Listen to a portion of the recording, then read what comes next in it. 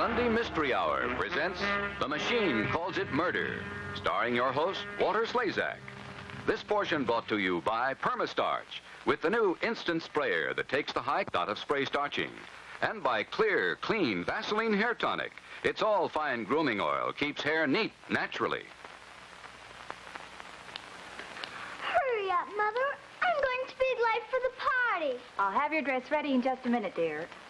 Thanks to my new Permastarch sprayer, I starch and sprinkle all at the same time. So easy. Pour Permastarch and water in the sprayer and then just spray and iron. No dipping, no wringing. Economical, too. 1 bottle of Permastarch equals 6 aerosol cans. And believe me, no other starch irons so easy. Your iron simply glides. Ordinary aerosol starches can stick and drag, make ironing a real chore. Starch even builds up on your iron and scorches. But Permastarch, never. Look how easy. Permastarch actually cuts ironing time. And ordinary spray starches wash out. But Permastarch stays in through several washings. To get your starch sprayer, send 25 cents and a Permastarch label to Perma Sprayer, Jackson, Mississippi.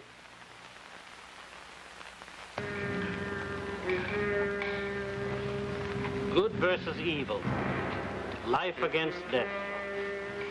We call it the game. And our symbol is a chessboard. Now here's one of our chessmen, the Black King, figure of death. And here are some of the other pieces. A pawn marked for sacrifice. Strange, for a moment it looked like a beautiful girl. And here's the knight who will try to save her. But you know, one of the main characters in tonight's story is not a person at all, but a machine. A most remarkable machine.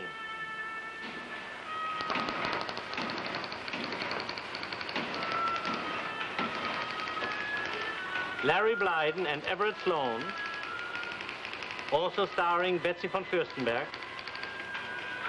in The Machine Calls It Murder.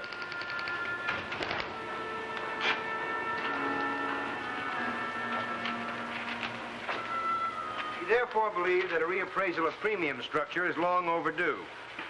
Ah, thanks, Edna. Now we can go to work on the young women. Fine. How'd you like starting with me? Sorry, Edna. The age group is 20 to 25. Cad. Let's see. Needle trades, retail clerks, communications. You better break down communications into phone company and others. Oh, and fix this 5 here, will you? That's a mistake. Go back to the inquiry station and ask the machine about it. How do you know it's wrong? Because it can't be right. It cannot be right, ergo it is wrong. Ironclad logic. You check it and you'll see. Paragraph 3. We have drawn on experience data from virtually every underwriter in the country, making this the first report on mortality covering all insurance companies in the last 10 years. Morning, girls. Edna? Just call me Ergo. What? Sometimes I think I ought to be back in the steno pool. What's the matter with you? This report is driving me nuts, and so is your friend Meineke. Well, move over. That makes 2 of us.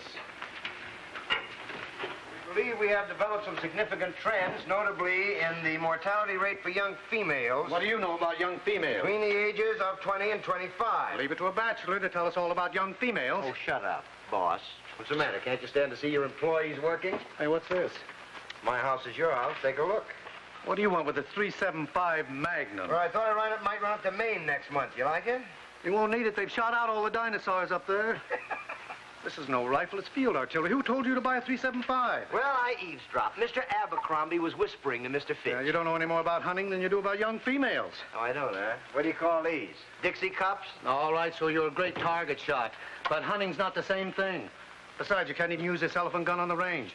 It'd blow us all to kingdom come. What's the matter, Charlie? You get up on the wrong side of the bed this morning? I just got your memo on this pitch you want me to make to the board next Thursday. I think it's crazy to cut premiums right now. Look, we can back it up with figures. Look at this. For how long? 3 years? 5? It's not enough. You get a temporary drop in mortality, you don't cut premiums until you're sure it's a trend. That rate goes up again, we gotta raise our rates. Puts us in a lousy competitive position.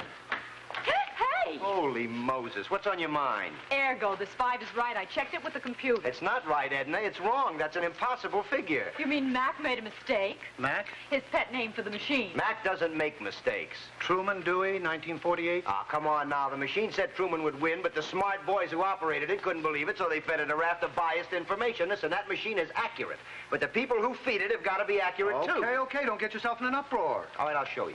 0128, that's a code number for models, right? Models, yeah. All right, now, this says that 5 models, photographers' models, artist models, and so forth, all in the 20-25 age group, all insured for 20,000 term, all married, all died in the last 3 years. 3 years. You wouldn't get 5 with those exact specifications in 50 years. How do you know? You an expert on models, too? Only age 20 to 25. I'm talking about probabilities. I can tell you within 5% how many oystermen are going to drown in the next 20 years, how many shoe clerks are going to walk in front of taxi cabs. You can. You know, it's this just kind of stuff that's going to get us in trouble on the premium thing. You know, 5 girls get unlucky. Not luck. It's statistically impossible. 20 straight passes at craps is statistically impossible, but it's happened. I'll bet you 2 to 1 that this is an error. Can we check it, Edna? We can go through the cards. I'll buy $5 worth. All right, you've got a bet. Let's look at the cards. There's nothing yet, but I'm sure somebody slipped up. We just probably got 5 duplicates on the same horse, that's all. Ah, here we are. Joan Brent Endicott. That's it. The rest are duplicates. Duplicate? Helen Jorgensen Wright. Marie Minton Shaw. Edith Haney Davis. Phyllis Harrison Edwards. The holes all match. Gee, this is impossible. I mean, the odds are 1,000,000 to 1. So are the odds on 20 straight passes at craps. We can make 100 straight passes at craps with loaded dice. These are all accidents. Look at that. Edna, go to the inquiry station, will you? And ask Mac the date and place of death of these names. Joan Brent Endicott, Niagara Falls, New York, January 27th, 1956. Helen Jorgensen Wright, Grand Canyon, Arizona, July 9th, 1957. Marie Minton Shaw, Aspen, Colorado, February 4th, 1958. Edith Haney Davis, Mount Rainier, Washington, September 26, 1958. Phyllis Harrison Edwards, La Jolla, California, April 8, 1959. I get it. Look, Niagara Falls, Grand Canyon, Aspen, Colorado, Mount Rainier, Washington, La Jolla, California, all vacation resorts. And look at the dates, all 6-7 months apart. You're not turning into a claims investigator now, are you? See, what do you think, Charlie? I think you're trying to weasel out of that bet. All right. Technically, you win. But when I said this couldn't happen in 50 years, I meant by accident. These aren't. Sure. I'll discuss this memo with you tomorrow when you come out of orbit. See, none of these are our company. How many exposures have we got in female 20 to 25? About 35,000. All right, here's what I want you to do. Send a telegram to all the other insurance companies. Purpose, cooperative actuarial report for free. Range, all policies female 20 to 25. Now, when you get the information, put it through Mac. Set your stops at married photo model 20,000 term, and the inception date will be 6 or 7 months after the last one at La Jolla. That would be sometime in the fall of 1959. What are you trying to find? You'll be amazed.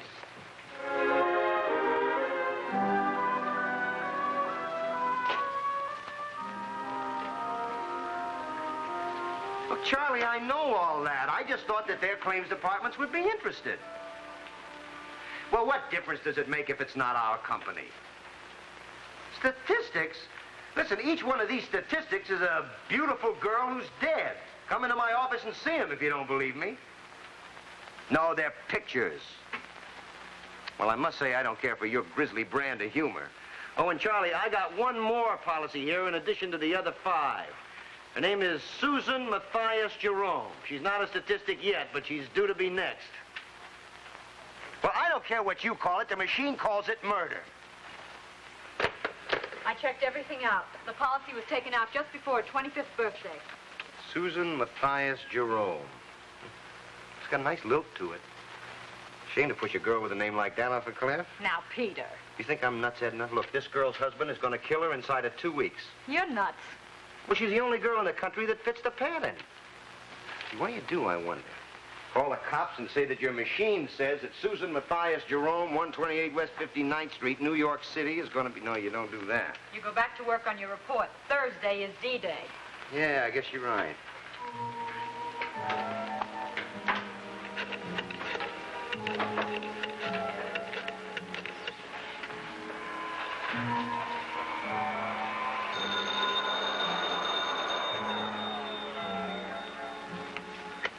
Yeah? No, Miss Jerome is out. Oh, say, you calling about the grand piano? Oh, no, the ad in the paper. Mrs. Jerome advertised her grand piano. Oh, yeah, that's right. How much she asking for it? $1,500. Fine. Yes, I'll be right over. Meineke, yes, Peter Meineke. Let's see who's nuts.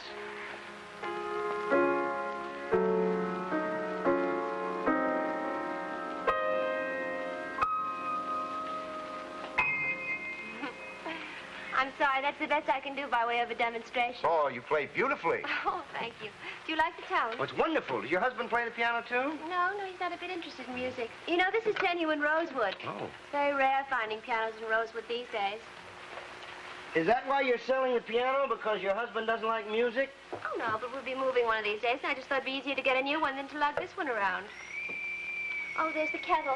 Oh, would you like a cup of tea? Well, I must say... Special offer today only. Instead of stamps, we give a cup of tea with every piano. Oh, well, do I really have to buy it? But I won't insist. I'll only hope. You know, that piano's the only thing that I really own. If you take it, I'll always feel it went to a worthy cause. Well, that's a new one on me. I never thought of myself as a worthy cause. Well, you're a businessman taking time out for piano lessons. It's a worthy cause in my book. Want to try it out? No. How about the happy farmer? Careful now, I might give in. Well, anyway, I'm proud of you. Most businessmen buy canned music for their phonographs so they can drown it out with chatter about the Dow Jones averages. Is that what your husband does? Oh, no, he doesn't dislike music. He's just indifferent. Besides, he's not Dow Jonesy. He's not a businessman. What does your husband do? He's a commercial photographer. Well, that sounds exciting. Are you interested in my piano or my husband? Oh, I didn't mean to get personal. It's just that, well, I'm always interested when one half of a family likes music and the other half doesn't. It's sort of fundamental somehow. But then I suppose when you live with a man for 3 or 4 years, you get used to that sort of thing. Do you think so? Well, I don't know. I'm a bachelor. I'm asking you. Well, I've only been married 3 months. Well, I wouldn't know either. Didn't you know him a long time before that? Thank you. 2.5 weeks. You're kidding. Nope. 18 days flat. Have a cookie. Thanks. How can you possibly know enough about a man in 18 days to marry him? Oh, womanly intuition, I guess. Well, you mean you just met this fellow on the subway, and then... No, it was a restaurant. Oh, no, I know that one. If you're sitting alone in a restaurant and the waiter spills some soup on your dress, and this handsome fella comes over with a handkerchief. Yes, I've seen that in the movies. You're absolutely omniscient. Only you're absolutely wrong. I was working in the restaurant. Well, that's funny. I had the feeling that you were an actress or perhaps one of your husband's models. Are you sure you came about the piano? Well, certainly. Why? How did you know I was a model? I didn't. I mean, I thought... Well, you said that you were working in the restaurant. I was as a model. They were having a fashion show. Look, Well, I must have seen your picture somewhere, I suppose. no, it isn't likely. Look, what about the piano? No, Do you think... don't derail me. I want to see how good I am at guessing games. Let's see now. You met your husband in the restaurant. He was a photographer. You were a model. So you got married and flew to Niagara Falls. As a matter of fact, that was our first disagreement. I wanted to go to Niagara Falls, but he wouldn't. Why not? Too conventional, he said. John's not a conventional man. Well, he certainly sounds like an interesting fellow. Gee, I'd like to meet him. He's out of town on location. Oh. You know, I get a feeling about you, too. I don't think you'll hear about this piano at all. Why are you so curious about my husband? Well, look, I don't want to upset you. Upset me? Well, I mean, I don't You've want to... done that already. What do you want? Well, I just want to talk to you. Why? Well, I'm with an insurance company. Insurance? Yes. Insurance? Yes, with the actual... You mean this has all been a pretext to get in here and sell me insurance? No, you don't understand. Oh, all the sneaky, underhanded, No, devious. really, you don't understand. What do you do? Comb the classified ads for people who are selling things so you can weasel your way into their homes? Well, young man, you have wasted your time. We have insurance. We took out policies for each other, $20,000 Yes, each. I know. I'm not trying to sell you insurance. Well, what are you trying to sell me then? I don't know. Maybe I'm trying to sell myself something. I'm sorry I upset you. Thanks for the tea.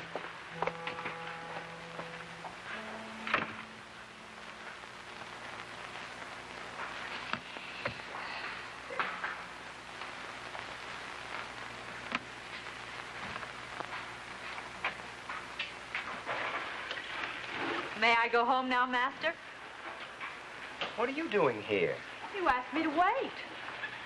Oh, I'm sorry, Edna. I completely forgot it. I lost myself in this book. Murder for profit? Yeah, it's a short course in the fine art of killing gullible women. Heavens to Betsy, and I'm wearing my golden earrings.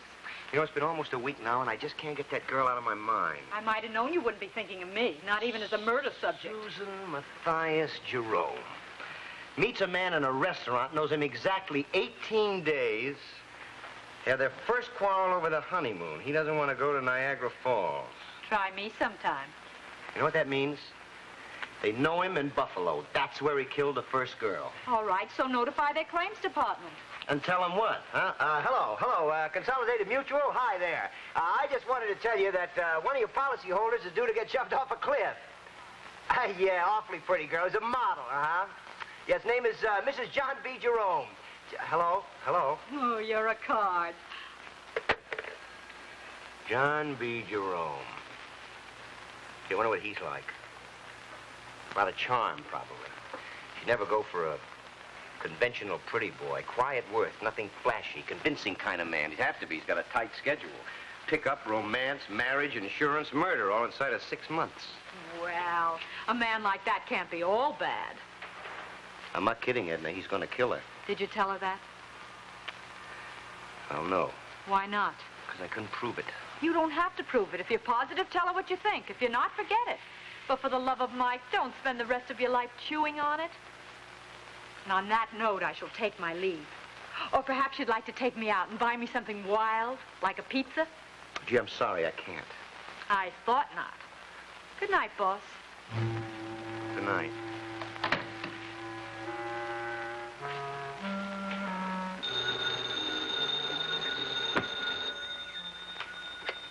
Yeah? Who? Who is it? I'd like to speak. This is Mr. Meineke. I'd like to speak to Mrs. Jerome. You see, I was there last week about the piano. Yeah, well, she's gone. Gone. Mm-hmm. She left yesterday.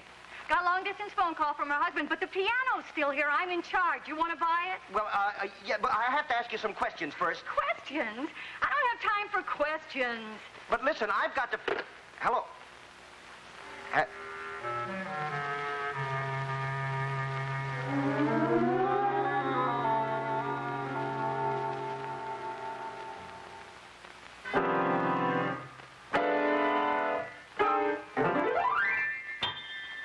You like the tone? Yeah, it's wonderful, really wonderful. But you see, I'm buying this piano for a friend of mine, and, well, there's a lot of money involved. $1,500.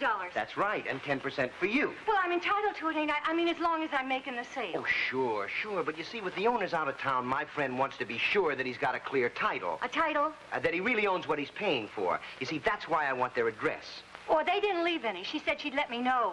It's got a genuine rosewood finish. Look, are you sure you don't know where they went? No, I don't, honest. She said it was sort of a delayed honeymoon. They was going on a vacation together, just the two of them. A vacation? Mm-hmm. He was a nice man, I can tell you that. Sort of the gentle type. Oh, my, he was a wonderful man. More like a banker, I think, than a photographer. Dressed real neat, too. Oh, he was just a gem. But you know, there was one... What? Nothing. Oh, really? Oh, come on. You can tell me. Well, you know, my room is downstairs right by the front door. And every night, about 7 o'clock, he would pass by my door going out, and then about 10 minutes later, he'd come back in every blessed night. Maybe he went for a walk. Yeah, that's what I thought. But then, one night, I got a headache. And I went down to the corner drugstore to get me some aspirin, and there he was in the booth using the pay phone. Now, why would a man with a phone in his own apartment walk all the way to the drugstore and back just to make a call? I don't know. Well, where are you going? Where's the piano? I'll tell my friend.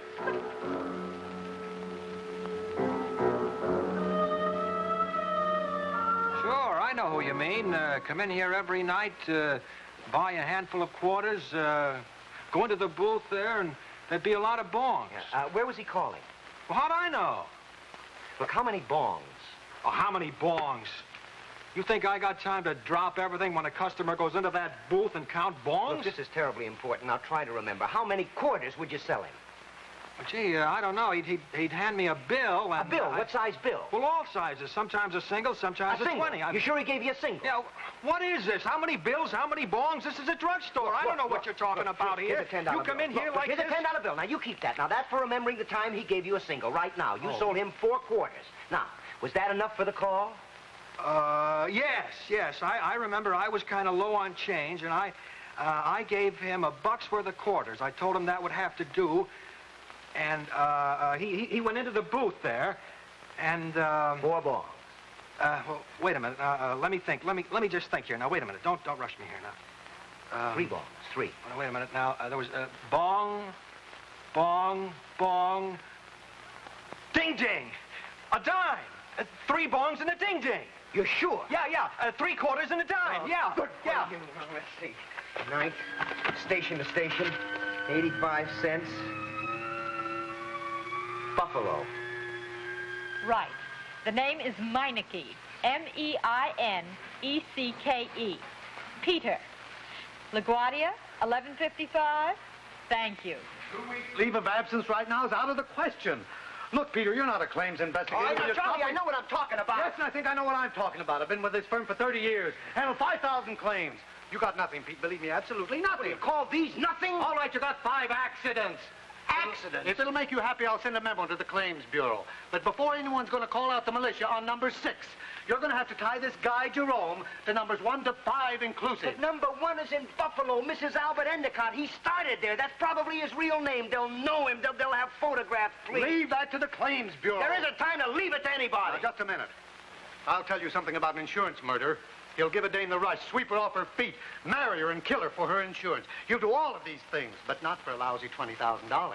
It'll be $50,000 or $100,000 with a big fat double indemnity clause. Good for you. You'll be happy to know that 5 claims managers agree with you 100%. Is that sarcasm? It's common sense. Look, this guy knows how a claims manager thinks. He knows he'd slough it off. That's why he holds each one to $20,000.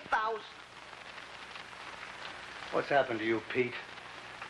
You fall for this dame? Maybe I just like the way she plays the piano. Well, if I'd have had the guts, I'd have told her when I was there. Well, I muffed it, Charlie, and now if he kills her, it's my fault. Look, every one of these says the husband was with the wife at the time of the accident. Taking a photo at Niagara Falls, walking down Bright Angel Trail at Grand Canyon, skiing at Aspen, mountain climbing at Rainier, another photograph at La Jolla. Please, Charlie, he's with her now. I don't know where, but he's going to kill her if I don't find him. Now, you've got to give me 2 weeks.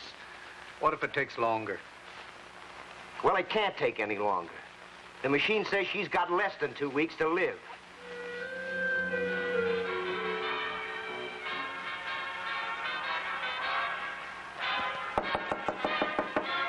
Yes? Mrs. Endicott, there's a gentleman here to see you about Albert. I don't want to talk about Albert. Tell him I've gone to bed. I hope you don't mind. It's terribly important. This is Mr. Meineke. How do you do? Sorry, I can't talk to you tonight. Well, I promise I won't keep you long. Mr. Meineke flew all the way from New York. Go on, Mr.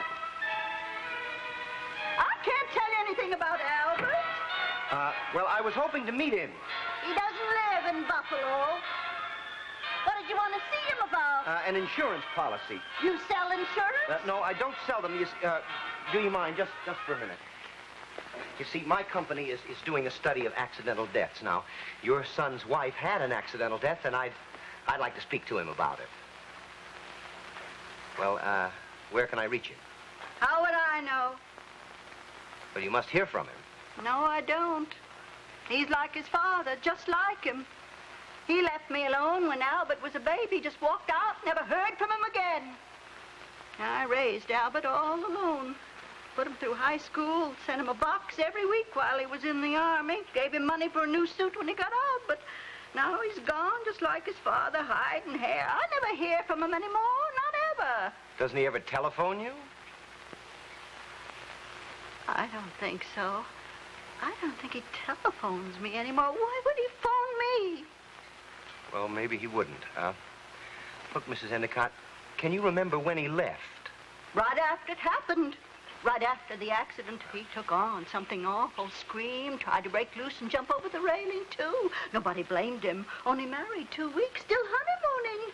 Everybody felt so sorry for him. They all liked him, you know. They did? Yes.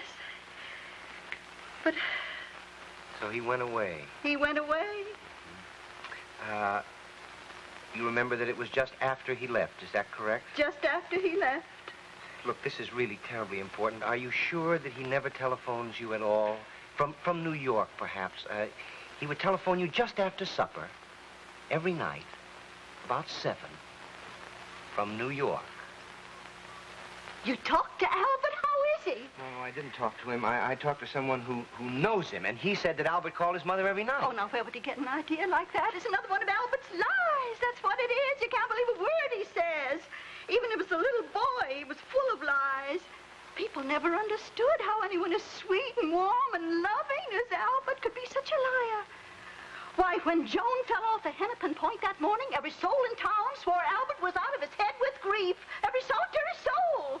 Wasn't he? Well, she didn't matter a hill of beans to him. He didn't care a whoop about Joan. Never did. Well, then why did he marry her? Oh, she laid her cap for him. First time she laid eyes on him. I don't blame her. I did the same thing 40 years ago with his father. Charmers, both of them, both the same. Sawed out of the same plank. Mrs. Endicott, what did Albert do before the war? How did he get along with his boss? Oh. Why, just before the war, his boss called him in, told him there'd always be a job for him when he come back. Only Albert didn't go back. What company was that? Honey, I know it as well as my own name. It's hard for me to remember some things. You'd know it, though, the minute I told you. I would? It's a company just like yours, insurance. Albert spent a lot of time studying nights, learning all about insurance. Tell me, Mrs. Endicott, how do you think the accident happened? He was taking her picture on the railing at Hennepin Point. She lost her balance. You can read all about it. It was in the papers. Anybody see it happen? Sure. Albert did. He was 10 feet away.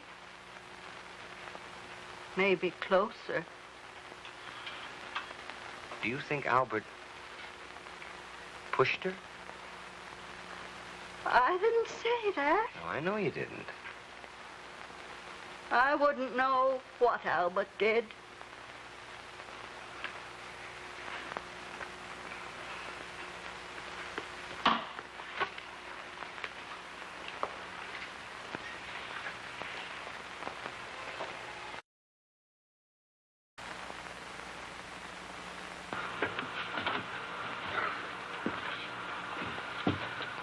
Oh, Mr. Meineke, how did you make out?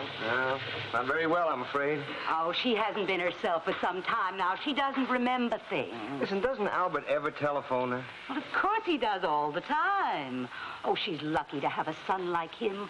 Why, he sends the rent regular, like clockwork, every month. Why, this just came today. May I see that, please? It's postmarked San Francisco, no return address. Be careful, there's a check in there. A check? Now, see here, you've got no right to do that. The rent I get is my own business. Wells Fargo, Nob Hill Branch, San Francisco. Yes, I know he's away all the time on business, but I'm only interested in this last time. How long has he been gone? Well, couldn't you come any closer than that? What day did he leave? A week ago last Wednesday. Uh-huh. How about his wife? Did she go with him? Oh, he didn't know he had a wife. Mm-hmm. And you have no idea at all of where he went? Well, what did he do? Just climb in his car and take off? Didn't he tell you to stop the milk or take in his mail or the papers or anything like that?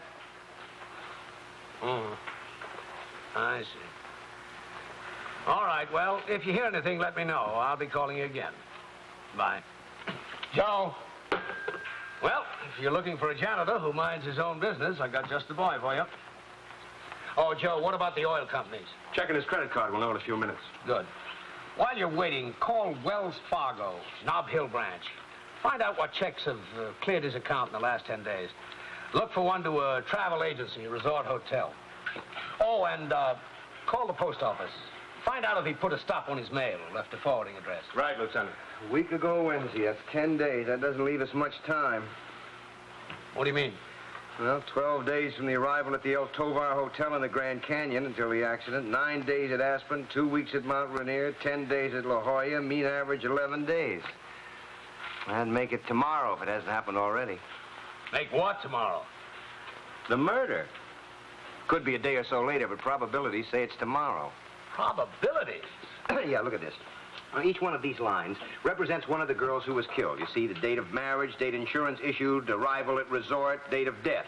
Well, you can see how close they are. Are you saying that this guy works on a schedule like a railroad? Well, there it is. Look at it. 11 days. This is the same. Now, you can't tell me that you can predict. Now, look, don't you start that with me. I had a belly full of that back home. All right, take it easy. Look, Lieutenant, this man is a murderer. He's shown a pattern. He does work on a timetable just like a railroad, just like George Joseph Smith. Only instead of drowning women in a bathtub, he pushes them off a cliff. Sit down, man. Why can't you? Sit down!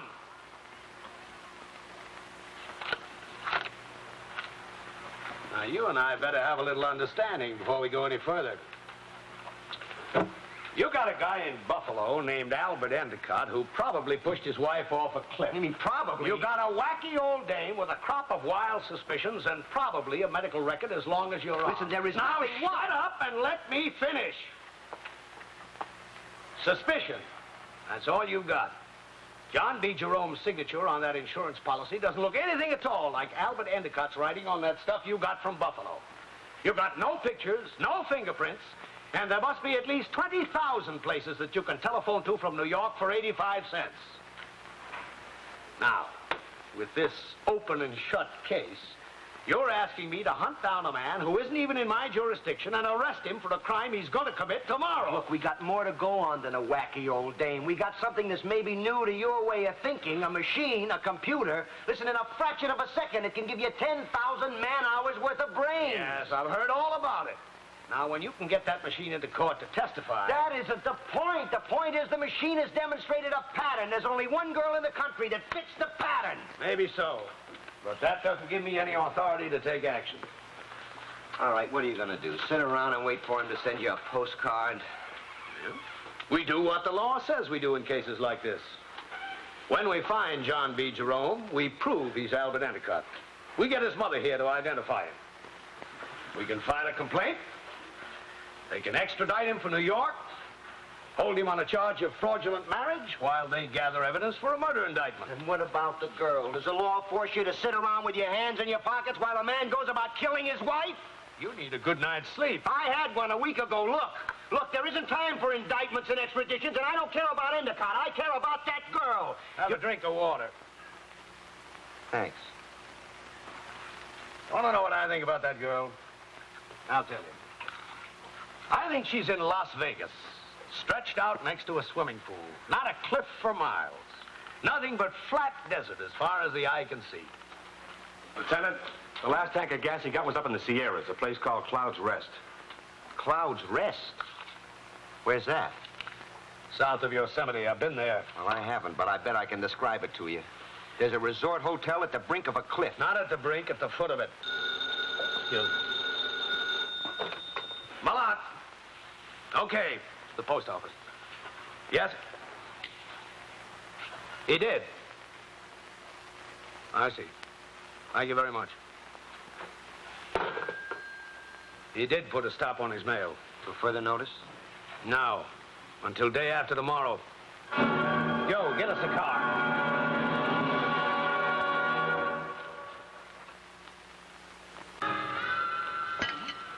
More coffee, ma'am?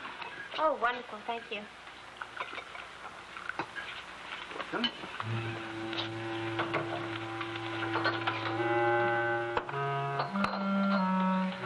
Good morning. You remember me? Yes. I hope I didn't disturb you. What on earth are you doing here? Well, I wanted to explain about my coming to see you. You mean you followed me all the way out here Well, no, not exactly. It's rather a long story. I'm afraid I'm not interested. No, please, let me explain. Look, Mr. Meineke. I don't know what this is all about, and I really don't care, but my husband will be back any minute, and I'd rather you didn't know about Look, this. please, I want to apologize. I know I upset you the last time we met, but I had to find out about your husband. Find out what? Yeah. Well, you see, I was hoping that you'd tell me that you'd known him for a long time, that you'd met his family, something like that. Then I'd know I was wrong. I could forget the whole thing. Forget what? Well,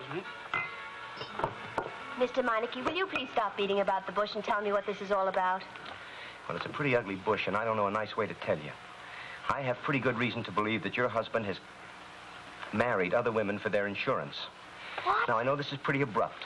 Where on earth did you get an idea like that? Look, there's an outside chance that I could be wrong. I could have told you the first time we met, but I wasn't sure. Well, I've been staying awake nights thinking, suppose I was right and I hadn't warned you. Warn me? He'll kill you.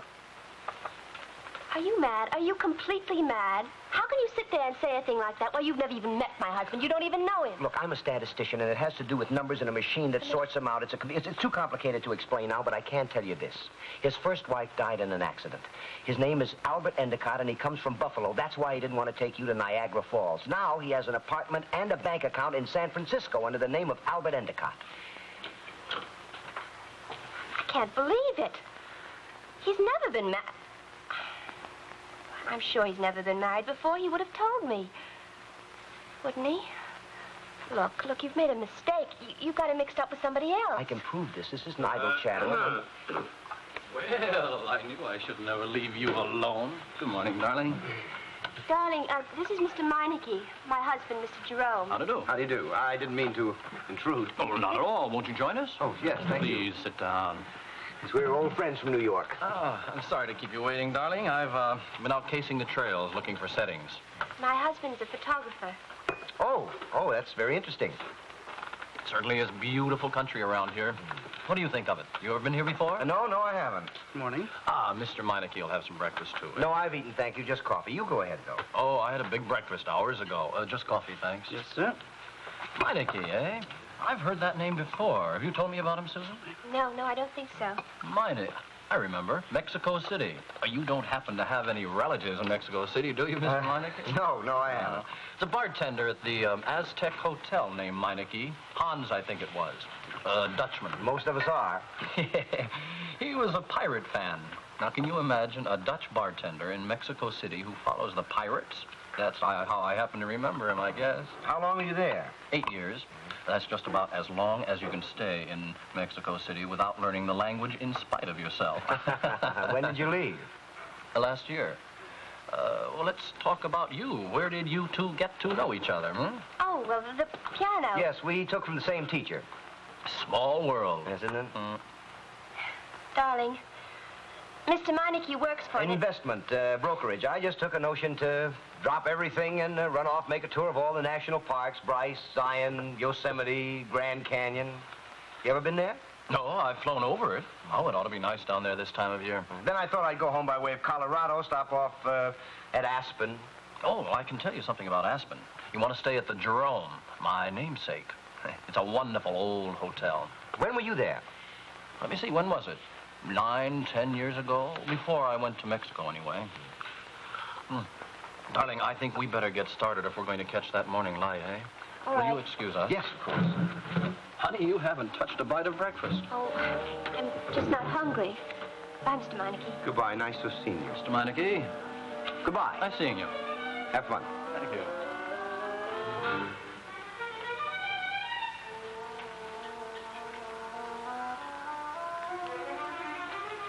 Are you sure?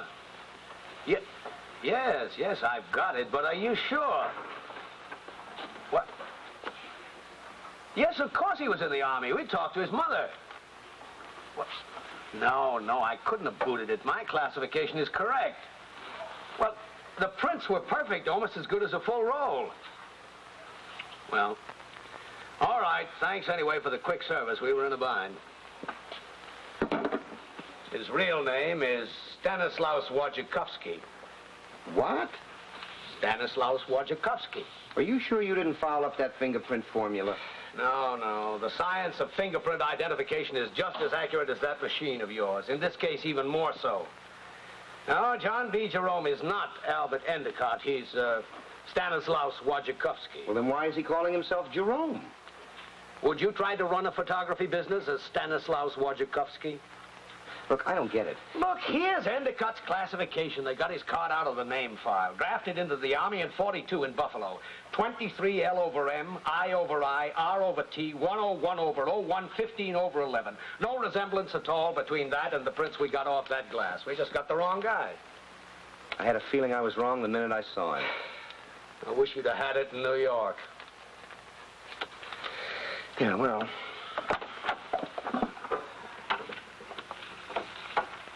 Say, you better find a way to tell her that you were mistaken before we leave. I guess you're right. Gentlemen.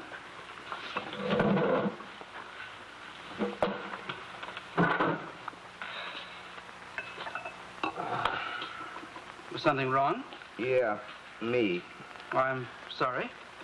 We all are.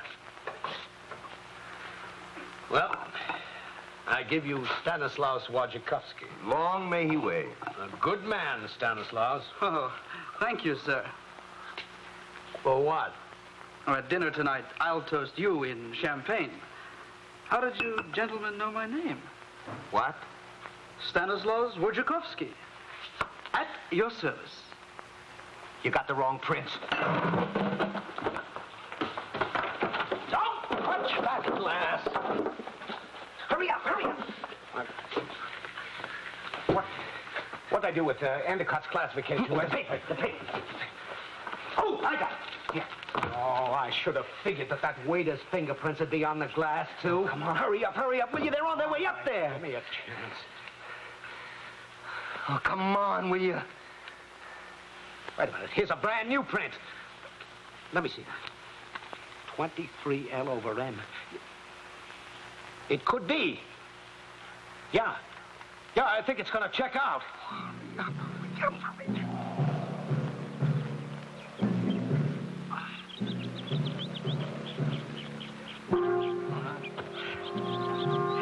Oh, this is marvelous, isn't it? Stand over here, will you? I think this will make a good shot right here. Profile. Turn out that way, eh? Yeah, that's fine. Now, look. Come on. Hold still. Oh, darling, just give me a minute, will you? I'm all out of breath. And cheer up. We're halfway to the we're coming so far. We're almost there. Now, will you stand a little closer to the edge? That's fine. Now, hold that. Good. Hold it. Good one. What's the matter with you, darling? You've been acting moody since breakfast. John. Do you love me? Oh, you're the loveliest model I ever had. You never told me about this Meineke fellow before. Do you know him pretty well? Casually. The conversation you were having with him when I came in this morning seemed more than casual, I thought. Jealous? Oh, curious. Oh, hold that, dear. That's fine. What were you talking about, Oh, I don't remember. Why? Aspen, Grand Canyon. Where else did he say he was going, I don't know, John. Let's not talk about him. Did he upset you, darling? Upset me? No. Oh, let's just drop the subject. Oh, look, what's that little house out there? A fire lookout.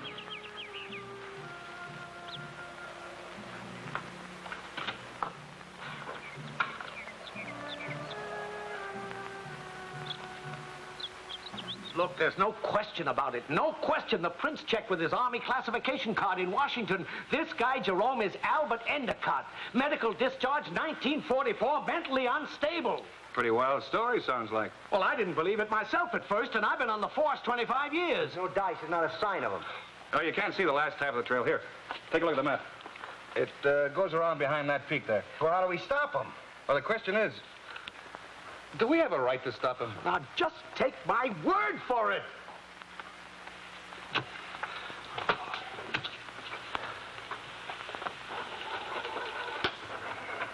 Now, George. Andy, get your glasses and take a look at Cloud's Rest Trail. There are two hikers, a man and a woman. See if you can pick them up. Who are you talking to? Look out on the mountain behind us.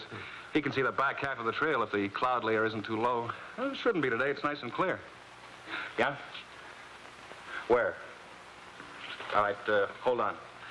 They're coming on the backside right now. What, you've got to stop him. He's going to kill her. Oh, no, wait a minute. Look, he took her up there to push her off. Look, this guy has done it 5 times before. Now, you got to get somebody up there. We can't. Don't tell us we can't. We've got to. How? Well, that's what we're asking you.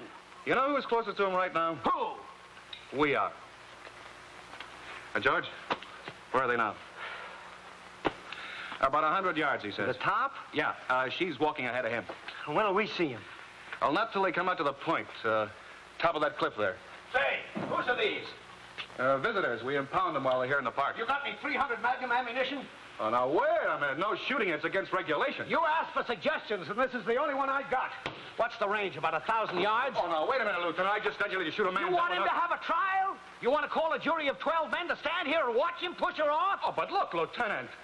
Listen, we know all about this guy. He took her up there to kill her. But I got my job to think of. And so have I. 25 years. I could lose my pension. Look, he's going to push her off while you two guys are arguing. Now, where's the ammo? Desk. Top drawer. I'm not looking. That's better. Here. Got one. The one's all you need. You won't have time for a second. They'll be 6 feet from the edge when you get your first look. I never fired one of these things before. Well, I hope whoever owns it's got it zeroed in. Trouble is, all these rifles are different. You got to get used to each one of them. Yeah, what do you want me to do? Take a few practice shots? What did you say the range was? About 3,000 feet. About isn't good enough. We got to know exactly. Let's look at the map. Yeah. How far is it on a straight line? Come on. 2,850 feet. And on a rise. Rise, 1,510 feet. 1,510 feet. Set it just under 1,100 yards. One shot. That's it. Say, do you know anything about these things? Not much. I just bought a .375 Magnum. I'm a target shot. Find out about the wind, will you? See what ask the guy up there about the wind, will you? Yeah. Now, George, what's the wind doing up there? Mister? 12 miles an hour, west to east. Oh, that's about 1 foot to the right at this range. One shot. Where are they now? Now, George, where are they now? They stopped for a minute about 20 yards from the edge. Keep your eye on them. They started moving again. She's still ahead. I'll never make it. Never in a million years. Here, you take it. What are you talking about? I'm a target shot. Look, you'll come closer than I can. Take it. Come on, he's on his way up there. Take it! Let's see, I'm 175 yards. Foot to the right. How close? George, how close? 10 yards. You got that, Pete? Yeah. But can't you shoot over their heads? Give them a warning? Look, he's crazy enough to go ahead anyway. Just zero it in. Yeah. There they are. No, hold it. It's the girl. Here he comes. See if he can get a clean shot. Here goes nothing. Oh, no! Now, he's got his back to us. I can't. The slug will go right through both of them.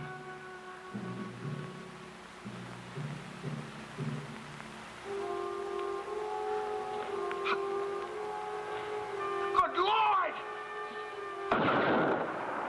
You got What about the girl? She's okay. She's coming back. Well, mister, that was pretty fair shooting. Well, you satisfied now? Me? No, I didn't see a thing. Come on, sharpshooter. Let's go up and meet her.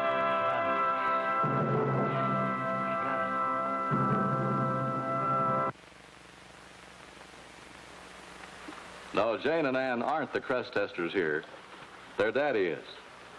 You see, Crest also showed it worked for older people like the Allbrands before it became recognized effective against cavities.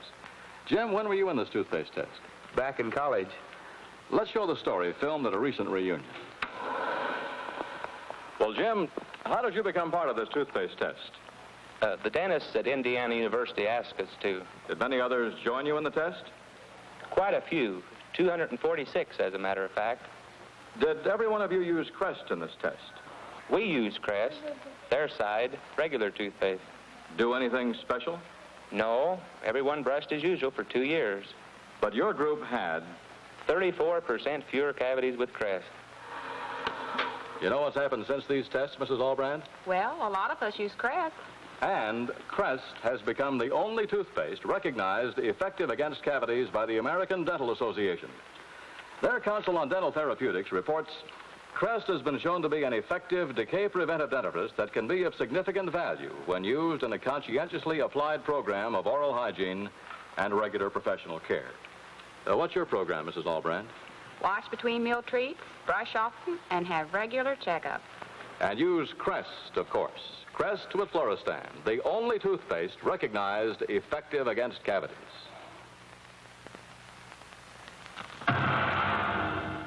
Next week, Sunday Mystery Hour presents Fear is the Parrot, starring your host, Walter Slazak, Mona Freeman, and Arthur Franz.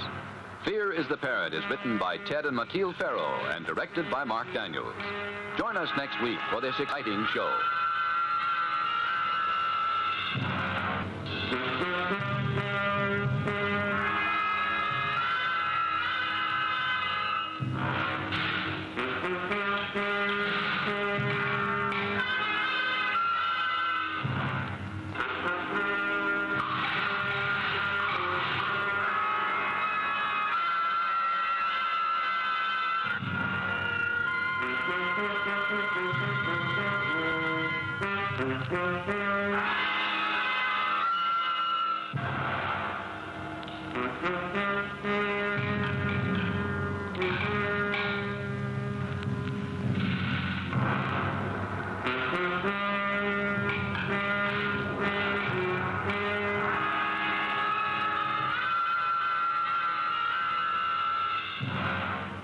Mm-hmm.